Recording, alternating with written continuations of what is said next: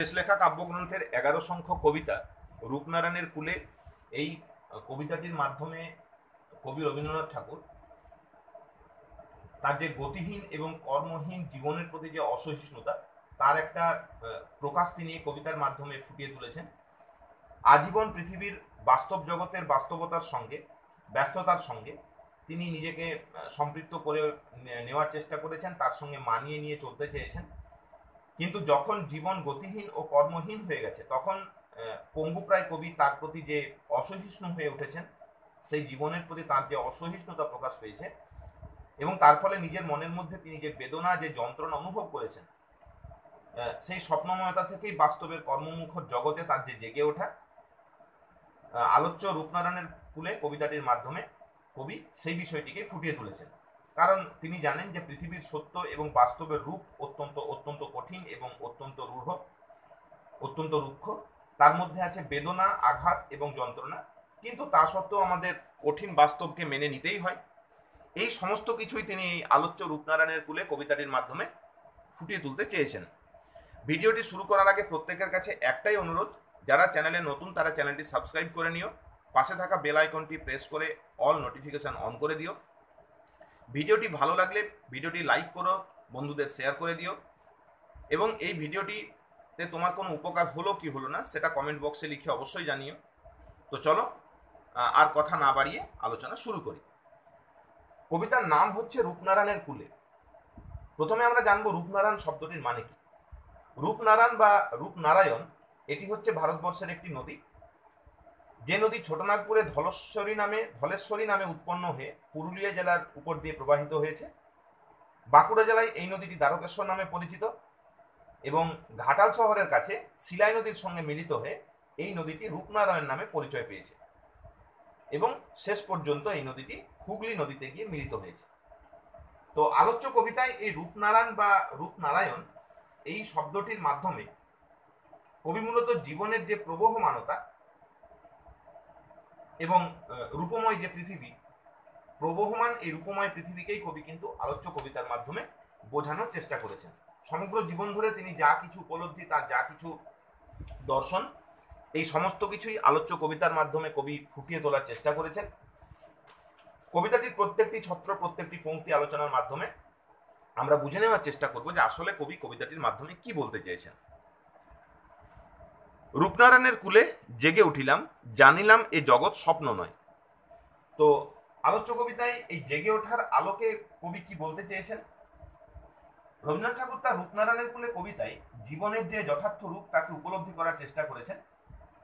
সেই কারণের জন্য এই রূপনারায়ণ শব্দটি শুধুমাত্র কোনো নদীর নাম হিসেবে সীমায়িত না থেকে প্রবহমান পৃথিবীর সমগ্র যে উদ্ভাসিত রূপ তাকে ফুটিয়ে তুলেছেন। স্বপ্নময় আচ্ছন্নতার জগৎকে অতিক্রম করে কবি বাস্তব জীবনের মাঝে এসে দাঁড়িয়েছেন, যেখানে দৈনন্দিন বেদনা, যন্ত্রণা, হতাশা, আঘাত এবং দুঃখের সঙ্গে প্রতি মুহূর্তে তার পরিচয় হয়েছে এবং তার মাধ্যমে তিনি জীবনে বেঁচে থাকতে চেয়েছেন।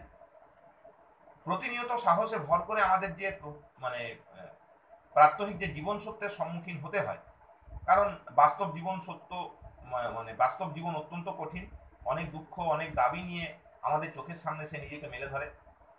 এই কারণের জন্য সত্য জিনিস কিন্তু কখনো মানুষের সঙ্গে বঞ্চনা করে না। অনুভূতির অস্পষ্ট অন্ধকার দূর করে মানুষ উপলব্ধি করতে শেখে যে বিচ্ছেদ, বেদনা এটাই হচ্ছে জীবনের প্রকৃত সত্য। দুঃখের তপস্যার মাধ্যমে জীবন তার প্রকৃত স্বরূপকে মানুষের কাছে প্রকাশ করে এবং কবিও তার আলোচ্য কবিতার মাধ্যমে রূপনারায়ণের কুলে তিনি যে জেগে উঠেছেন এবং তার ফলে যে তিনি উপলব্ধি করেছেন যে জগৎ স্বপ্ন নয়, আসলে কিন্তু তার মাধ্যমে তিনি এই স্বরূপটিকে ফুটিয়ে তুলতে চেয়েছেন। কারণ জীবন সায়ান্নে এসে, জীবনের শেষ মুহূর্তে এসে কবি নূতনভাবে নিজের জীবন দর্শনকে উপলব্ধি করেছেন। সত্য দুঃখ যন্ত্রণা দিলেও সেই প্রকৃত সত্য তাকেই উপলব্ধি করতে হয়, তাকে আমাদের জীবনে বুঝে নিতে হয়, কারণ সে কখনো মানুষের সঙ্গে প্রতারণা করে না। তো এইভাবেই জীবনের চির সত্যকে আজীবন খুঁজে চলা রবীন্দ্রনাথ ঠাকুর জীবনের শেষ মুহূর্তে এসে মহাবিশ্বের যে বিশালতা, তার মাঝে তার যে সামান্য অস্তিত্ব তাকে উপলব্ধি করেছেন এবং যে অস্তিত্বের জন্য আমরা সমগ্র বিশ্বের কাছে, সমগ্র বিশ্ব সৃষ্টিকর্তার কাছে যে ঋণী, জীবনের আবহমান সুখ দুঃখের আবর্তে বারবার বেদনায় আঘাতে আহত হয়ে কবি কিন্তু সেই সত্যের স্বরূপ শেষ মুহূর্তে এসে উপলব্ধি করেছেন এবং এইভাবেই তিনি নবচেতনায় জেগে উঠে প্রকৃত সত্যকে কিন্তু উপলব্ধি করেছেন। সেই জন্যই এই প্রথম 4টি লাইনের মাধ্যমে কবি তার সেই উপলব্ধির কথাই প্রকাশ করেছেন। রক্তের অক্ষরে দেখিলাম আপনার রূপ, চিনিলাম আপনারে আঘাতে আঘাতে বেদনায় বেদনায়। অর্থাৎ কবি কথা কেন বলছেন না, শেষ লেখা কাব্যগ্রন্থের মধ্যে কবি কিন্তু জীবনের প্রকৃত যে স্বরূপ, সেই স্বরূপকে খোঁজার চেষ্টা করেছেন এবং এই সত্যকে খোঁজার পথে তার যে মগ্নতা, তিনি যেভাবে মগ্ন হয়ে পরে এই সত্যকে অন্বেষণ করেছেন, তাতে কিন্তু জীবন বাস্তবতার যে কোষ্ঠী পাথর, সেখানে ব্যক্তি জীবন তথা সমগ্র মানব জীবনের তিনি মূল্যায়ন করেছেন। তার এই অন্তহীন যে পরীক্ষা নিরীক্ষা, নিদারুণ ত্যাগের বিনিময়ে তার কিন্তু পরিসমাপ্তি হয়েছে। সেই কারণের জন্য জীবনের গতিময়তায় বাস্তবের যে রূঢ়তা, বাস্তবের যে আঘাত, যা কবিকে বারবার আঘাত করেছে, বারবার বিহ্বল করেছে, আঘাতে আঘাতে প্রতিটি মুহূর্তে তার জীবনের স্বাভাবিক ছন্দকে ব্যাহত করেছে, সেই চরমতম সংকটের সময় কঠোর তপস্যায় মগ্ন থেকে কবি কিন্তু সত্য অন্বেষণে যে সাফল্য, সেই সাফল্যের দ্বার প্রান্তে পৌঁছেছেন একদম জীবনের শেষ মুহূর্তে গিয়ে। সমগ্র জীবনব্যাপী তার যে গভীর অধ্যবসায়, তাই নিয়েই তিনি জীবন সায়ান্নে এসে সত্যের জন্য অপেক্ষা করেছেন। ফেলে আসা জীবনরেখার পানে তিনি দৃষ্টিপাত করে, স্মৃতিচারণা করে জীবনের যে কঠিন কঠোরতার যে আঘাত, যা তার অতীতকে বারবার রক্তাক্ত করেছে, তাকেই তিনি প্রত্যক্ষ করেছেন, দেখার চেষ্টা করেছেন। আমরা যেমন আমাদের অতীত স্মৃতিচারণার থেকে উপলব্ধি করার চেষ্টা করি, অতীত স্মৃতিচারণার মাধ্যমে আমরা যেমন অভিজ্ঞতা অর্জনের চেষ্টা করি, কবিও সেটাই করেছেন। এবং সেই কারণের জন্য ব্যথায় ও বিফলতায় তার হৃদয়, তার অন্তর বারবার ক্ষতবিক্ষত হয়েছে। এবং সেই ভগ্ন হৃদয়ে অন্তহীন দুঃখের যে সাগর, সেই সাগরকে সাগর পরিভ্রমণ করে, সাগর মন্থন করে অবশেষে তিনি সত্যকে খুঁজে পেয়েছেন। এবং সেই কারণের জন্যই তিনি এই কথাই বলছেন যে রক্তের অক্ষরে দেখিলাম আপনার রূপ, চিনিলাম আপনারে আঘাতে আঘাতে বেদনায় বেদনায়। অতীত স্মৃতিচারণার মাধ্যমেই কবি কিন্তু এই বিষয়টাকে বারবার অনুভব করেছেন যে স্বপ্ন অন্ধকার ভয়ের যে বিচিত্র ছবি, তাকে অতিক্রম করে আঘাতে এবং বেদনার মাধ্যমে মুখর জীবনকে তিনি হৃদয় দিয়ে উপলব্ধি করেছেন। দুঃখের আঁধার রাত বেঁচে থাকার যে যুদ্ধ, তাতে হার জিত, জীবন মিথ্যার যে জীবনের যে মিথ্যা কুহকের যে জাল, তাকে কবি বিভিন্ন সময়ে তাতে প্রতারিতও হয়েছেন, তাকে কখনো তিনি আঁকড়ে ধরে বাঁচতেও চেয়েছেন। তো এইভাবেই সমগ্র জীবন ধরে তিনি যে অভিজ্ঞতা অর্জন করেছেন, সেই অভিজ্ঞতার মাধ্যমে তিনি কিন্তু জীবনের শেষ মুহূর্তে গিয়ে জীবনের যে প্রকৃত সত্য, সেই সত্যকে তিনি কিন্তু উপলব্ধি করেছেন। সত্য যে কঠিন, কঠিনেরে ভালোবাসিলাম, সে কখনো করে না বঞ্চন। এই অংশের মাধ্যমে কবি যেটা বলতে চেয়েছেন সেটি হচ্ছে যে জীবন বাস্তবতার যে কঠোর অভিঘাত, জীবনের উত্থান পতনের যে অনিবার্যতা, তার মাধ্যমে জীবনের শেষতম লগ্নে এসে, জীবনের শেষ মুহূর্তে এসে কবি প্রকৃত সত্তার স্বরূপ খুঁজে পেয়েছেন। এবং সেই নবচেতনার প্রতিফলনই তা লক্ষ্য করা গেছে আলোচ্য অংশের মাধ্যমে। সত্য যে কঠিন, কঠিনেরে ভালোবাসিলাম, সে কখনো করে না বঞ্চনা। নূতনভাবে তিনি যে চেতনা পেয়েছেন, নূতনভাবে তিনি যে উপলব্ধি করতে শিখেছেন, তারই এক বাহ্যিক প্রকাশ তার আলোচ্য অংশের মাধ্যমে প্রকাশ পেয়েছে। কারণ রূঢ় বাস্তব জীবনের যে চরমতম আঘাত, যা কবি বারবার সহ্য করেছেন, রূপ রস গন্ধে ভরা পৃথিবী, জগৎ সংসার তার সামনে মিশ্র অনুভূতি, মিশ্র প্রতিক্রিয়া নিয়ে ধরা দিয়েছে। তার ফলে কবি কখনো কখনো দ্বিধাদ্বন্দ্বে ভুগেছেন, কখনো ভালো সময়, কখনো প্রেম, জীবন এর বিচিত্র রূপে কবি জীবনের যে মায়া জাল, যে সেই মায়া জালের মধ্যে তিনি আকৃষ্ট হয়েছেন। কখনো কখনো তিনি আত্মবিস্মৃত হয়ে মিথ্যার জন্য ছুটে গেছেন। তো এইভাবেই সমগ্র জীবন ধরে তিনি বিভিন্ন অভিজ্ঞতার সম্মুখীন হয়েছেন। এবং জীবনের এই অভিজ্ঞতার যে বিচিত্র রূপ, যে বিচিত্র রূপের স্পর্শ কবি পেয়েছেন, জীবনের উত্থান পতন, প্রেম, আঘাত ইত্যাদির বৈপরীত্যে কবিতায় লক্ষ্য করেছেন জীবনের প্রকৃত রহস্যাবৃত রূপ, যে কুহকের মায়াজাল কবিকে সত্য সন্ধান থেকে প্রতিহত করেছে বারবার, এবং পর মুহূর্তে আবার অভিজ্ঞতা সঞ্চয় করে তিনি তার লক্ষ্যে এগিয়ে যাওয়ার চেষ্টা করেছেন। তো সেই কারণের জন্যই কবি এই সত্যকে চিনেছেন সারা জীবনের যে ত্যাগ, যে তপস্যা, তার মাধ্যমে জীবনের নিদারুণ যে অভিজ্ঞতা, জীবন সত্যের প্রাঙ্গণে দাঁড়িয়ে কবি সে অভিজ্ঞতাকে উপলব্ধি করেছেন। এবং কঠিন ও কঠোরের মধ্যে যে সত্য লুকিয়ে থাকে, যে বাস্তব লুকিয়ে থাকে, সেই সত্যই যে জীবনের প্রকৃত প্রতিষ্ঠাতা, সেই সত্যই যে জীবনের প্রকৃত স্বরূপ। রবীন্দ্রনাথ ঠাকুর তার জীবনের শেষ মুহূর্তে গিয়ে সেই সত্যকেই তিনি উপলব্ধি করেছেন। এবং এই সত্য হচ্ছে এমন একটা বিষয় যে কিন্তু প্রকৃত জিনিসটাকে দেখিয়ে দেয়। এ কিন্তু কখনো মানুষের সঙ্গে প্রতারণা করে না, বঞ্চনা করে না। এবং আমাদের কখনো না কখনো এই সত্যকে ভালোবাসতেই হয়। মিথ্যাকে ভালোবেসে, মিথ্যাকে আঁকড়ে ধরে আমরা বেশি দিন বাঁচতে পারি না। কারণ জীবনের প্রকৃত লক্ষ্যই হচ্ছে সত্যকে ভালোবাসা। সেই কারণের জন্যই কবি এই কথাগুলো এখানে উল্লেখ করেছেন। সত্য যে কঠিন, কঠিনের ভালোবাসিলাম, সে কখনো করে না বঞ্চনা। সত্য কখনো প্রতারণা করে না। যেটা সত্য কথা, যেটা বাস্তব কথা, যেটা সৃষ্টির কথা, সত্য আমাদেরকে সেটাই জানায়। সাময়িক হয়তো দুঃখ লাগে, সাময়িক হয়তো আমাদের কষ্ট হয়, কিন্তু সেই সত্যকে যদি আমরা মেনে নিতে পারি, তাহলে জীবন থেকে কিন্তু কষ্ট অনেকাংশেই দূর হয়ে যায়। যতদিন কবি এই সত্যকে উপলব্ধি করতে পারেননি, তিনি দুঃখ পেয়েছেন, যন্ত্রণা পেয়েছেন, জীবনের জটিল গোলক ধাঁধায় তিনি আটকে গেছেন। যে মুহূর্তে তিনি সত্যকে ভালোবাসতে শিখেছেন, সেই মুহূর্ত থেকে তার জীবনের এই সমস্ত দুঃখগুলো আস্তে আস্তে দূরে সরে গেছে। আমৃত্যু দুঃখের তপস্যায় জীবন, সত্যের দারুণ মূল্য লাভ করিবারে, মৃত্যুতে সকল দেনা শোধ করে দিতে।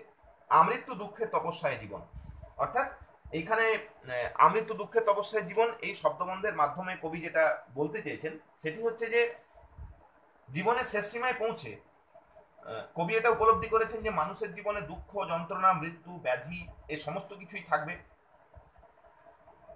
সেই কারণের জন্যই কবির মতে দুঃখ, মৃত্যুর যে ছলনা এবং যে মিথ্যা আশ্বাস, তার ফলে আমরা বিভিন্ন সময় যে প্রতারিত হয়ে থাকি, সেটাকে আমরা যদি সঠিকভাবে উপলব্ধি করতে পারি, তাহলে কিন্তু আমরা বুঝতে পারবো যে আসলে কিন্তু জীবনের যে প্রকৃত সত্য, সেই যন্ত্রণা, বেদনা এবং রক্তক্ষরণের পূর্ণতার মধ্য দিয়ে যে রূঢ় বাস্তবতা, তার মাধ্যমে আমরা জীবনকে জীবনের প্রকৃত স্বরূপটাকে খুঁজে নিতে পারবো।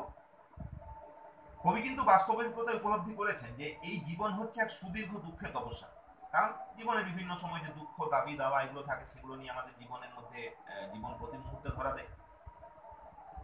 দুঃখের এই যে বারবার যে মিথ্যা কুহক জালে আচ্ছন্ন হয়ে যাওয়া, দুঃখের কাছ থেকে বারবার যে আঘাত পাওয়া, তার ফলেই কবি সাহসে ভর করে সত্যের দারুণ মূল্য লাভ করতে চেয়েছেন।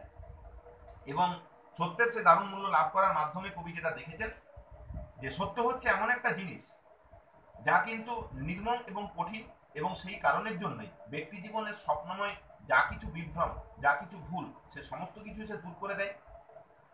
আগুন যেমন একটি যে কোনো জিনিসকে পুড়িয়ে তাকে খাঁটি করে নূতন করে তৈরি করে, দুঃখও ঠিক সেই রকম ভাবে আমাদেরকে খাঁটিভাবে তৈরি করে। আমাদের মনের মধ্যে যা কিছু মিথ্যা অনুভূতি, যা কিছু মিথ্যা ভাবনা চিন্তা থাকে, সে সমস্ত কিছুকে পুড়িয়ে দিয়ে নতুন করে সে কিন্তু আবার আমাদেরকে জীবন মন্ত্রে উদ্বুদ্ধ করে। তো সেই কারণের জন্যই কবি এখানে এই যে কথাটি বলছেন যে আমৃত্যু দুঃখের তপস্যায় জীবন, সারা জীবনের মধ্যেই এই দুঃখ কিন্তু ঘুরে ফিরে আসে। এবং সব শেষে তিনি বলছেন সত্যের দারুণ মূল্য লাভ করিবারে, মৃত্যুতে সকল দেনা শোধ করে দিতে। তো এই অংশের মাধ্যমে তিনি যেটা বলতে চাইছেন সেটি হচ্ছে যে রূপনারায়ণের কুলে এই কবিতাটির মধ্যে দিয়ে তার যে জীবনের দেনা শোধ করার যে মনোবাসনা প্রকাশ পেয়েছে, আসলে সাধের যে জীবন কবিকে জীবন সত্য খুঁজে পাওয়ার সুযোগ করে দিয়েছে, তাকেই কবি শেষ পর্যন্ত কৃতাঞ্জলি কুটে বা জোরহাত করে অর্পণ করে যেতে চান।